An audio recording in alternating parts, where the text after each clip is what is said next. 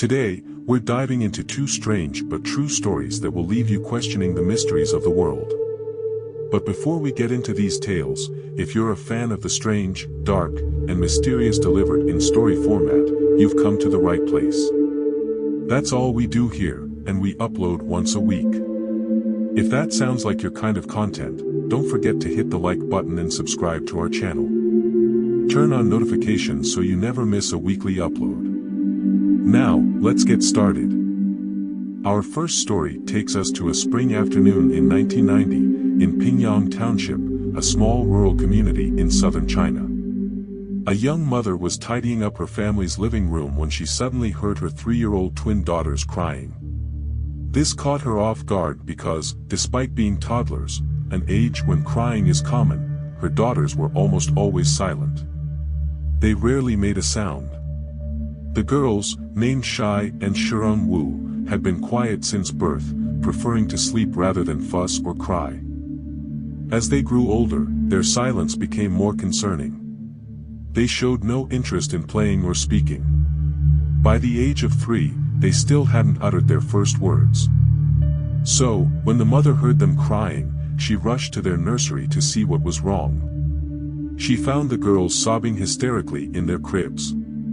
The mother quickly checked them for injuries or signs of illness but found nothing.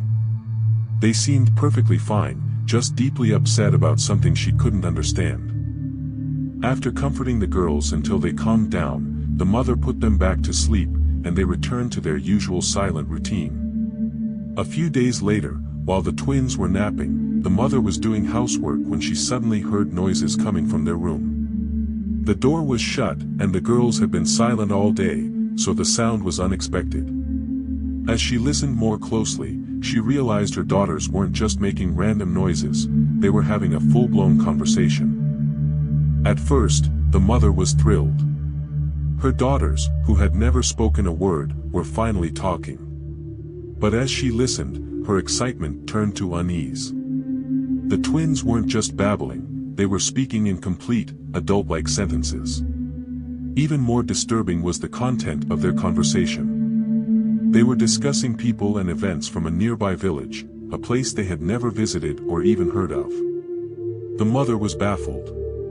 How could her 3-year-old daughters know such detailed information about a place they'd never been? In most parts of the world, this would have been enough to send a mother rushing to the doctor. But this mother lived in Pingyang Township, a place with a strange and deeply rooted belief in reincarnation.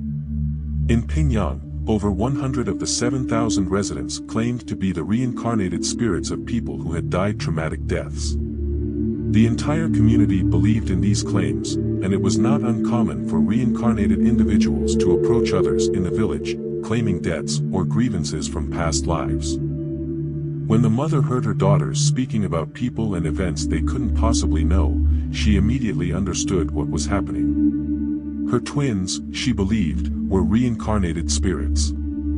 She spread the word throughout the township, hoping to find the families of the souls her daughters claimed to embody. Less than a week later, a man and woman arrived at her door. The twins recognized them immediately, calling them their parents from a past life. The girls went on to tell a complex story about how, in their previous lives, they had been best friends who took their own lives a month before being reborn as twins. They provided specific details about their past lives, including the names of people, places, and events that no 3-year-old could possibly know. The visitors confirmed that everything the twins said was true. The mother was left with no explanation other than reincarnation. To this day, no one has been able to explain how the twins knew such detailed information. Pingyang Township remains a hotspot for alleged reincarnations, and the mystery of Shai and Shirong Wu continues to baffle those who hear their story. Before we move on to the second story, let's take a moment to celebrate a special event. On Valentine's Day 2022, we launched the Mr. Ballin podcast, and this year, to mark the occasion, we're hosting our first live show of the year.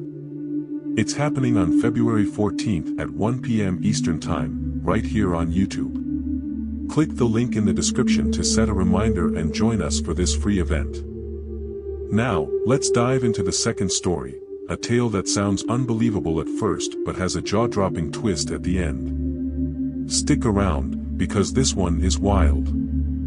On a spring afternoon in 1883, a young woman named Sarah was tidying up her farmhouse in Eagle Creek, Arizona. Her sister, Elizabeth, had gone outside to fetch water from a nearby spring. Sarah and Elizabeth lived together with their families in the remote and dangerous American West, where banding together for safety was common. On a spring afternoon in 1883, a young woman named Sarah was tidying up her farmhouse in Eagle Creek, Arizona. Her sister, Elizabeth, had gone outside to fetch water from a nearby spring. Sarah and Elizabeth lived together with their families in the remote and dangerous American West, where banding together for safety was common. As Sarah cleaned, the family's dogs, usually calm, began barking aggressively. Alarmed, Sarah told the children to stay inside and went out to investigate. She scanned the area and saw nothing unusual, until a massive, red-furred creature emerged over a sandy hill. On its back was a man with a sunken, eyeless face and a grotesque grin. Sarah, deeply religious, believed she was seeing the devil himself. Terrified, Sarah ran back inside, barricaded the door, and huddled with the children, praying for protection. Moments later, she heard a blood-curdling scream from outside. She realized it was Elizabeth but was too afraid to leave the children. Hours passed, and Elizabeth didn't return. Finally, Sarah heard footsteps on the porch and the sound of the doorknob turning. It was her husband and Elizabeth's husband, returning from herding sheep. Sarah tearfully explained what had happened, and the men grabbed their guns and lanterns to search for Elizabeth. They found her body near the spring, trampled to death. The coroner who examined her confirmed she had been trampled but noted that the hoofprints around her were far too large to belong to a horse. Sarah insisted the devil had killed her sister, but the coroner couldn't confirm her story. Over the next few years, sightings of the so-called red ghost became more frequent. Campers claimed it trampled their tents, and one cowboy even tried to lasso it, only to be dragged until he let go.